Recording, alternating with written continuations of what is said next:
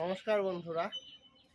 শুধু অর্থের বলেই বলীয়ান হলে চলবে না, একটু সুস্বাস্থ্যেরও অধিকারী লাগবে। সুস্বাস্থ্য মানে এই না হৃষ্টপুষ্ট বডি, সুস্থতা নিজের ভেতরের ফিলিংস। এবং এই জৈব শাকসবজি যখন আপনি উৎপাদন করে খাবেন, তাতে আপনি পুষ্টির পরিমাণ অনেক বেশি পাবেন, নিরাপদ শাকসবজি পাবেন এবং মনের মধ্যে একটা খুশি অনুভব করতে পারবেন।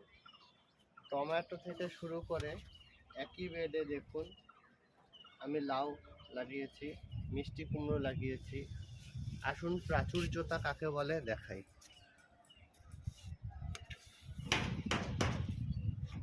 পেঁপে, এই যে দেখুন কি সুন্দর লাউ গাছ হচ্ছে, দেখেই মনে হচ্ছে খুব সুন্দর হবে।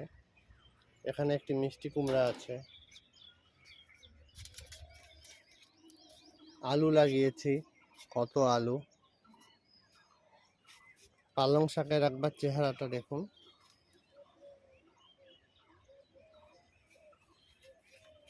ফুলকপি তো খাওয়া হয়ে গেল, এখন বাঁধাকপি খাওয়া চলছে।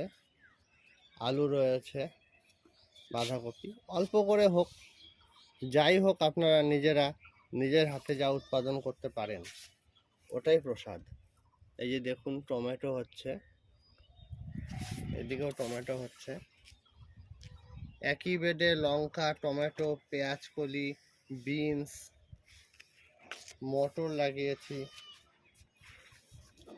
যা পারেন যতটুকু পারেন। দেখুন এই জঙ্গলটার মধ্যে সিম গাছ লাগিয়েছি, মটর, সিম গাছ, মটর, টমেটো।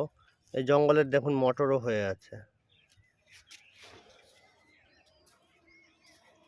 বাঁধাকপি, বেগুন সব লাগাবেন, সব হবে। একটু যত্ন করবেন, ফুলটা একটু কম করবেন। ফুল ততটুকুনি করি যতটুকুন বাড়ির পুজোর জন্য লাগে। দেখুন,